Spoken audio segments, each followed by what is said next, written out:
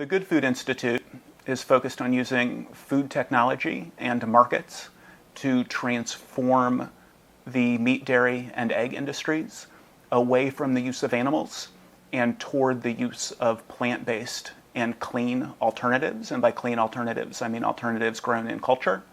And these sorts of food technologies, whether you're talking about plant-based foods like Hampton Creek revolutionizing eggs, or Beyond Meat and Impossible Foods revolutionizing beef, or you've got companies like Gelzen and Clara Foods and Mufree that are focused on collagen, egg proteins, and dairy proteins. With the plant-based alternatives, it's a little bit more basic than with the cultured alternatives. With plant-based, it's just finding the plant products that best replicate whatever it is that we need from the animal products. With the cultured alternatives, the clean alternatives, with things like collagen and dairy and eggs, they are literally sequencing the proteins. There's not even an original donor animal.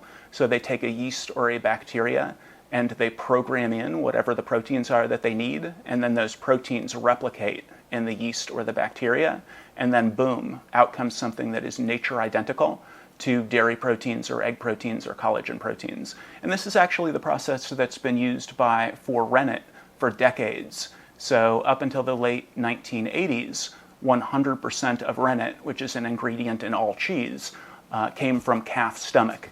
And then starting in 1991, that started to be replaced with a synthetic rennet, which is produced in yeast, in the same way that Clara and Mufree and Gelzen, what they're doing with egg proteins, dairy proteins, and collagen proteins.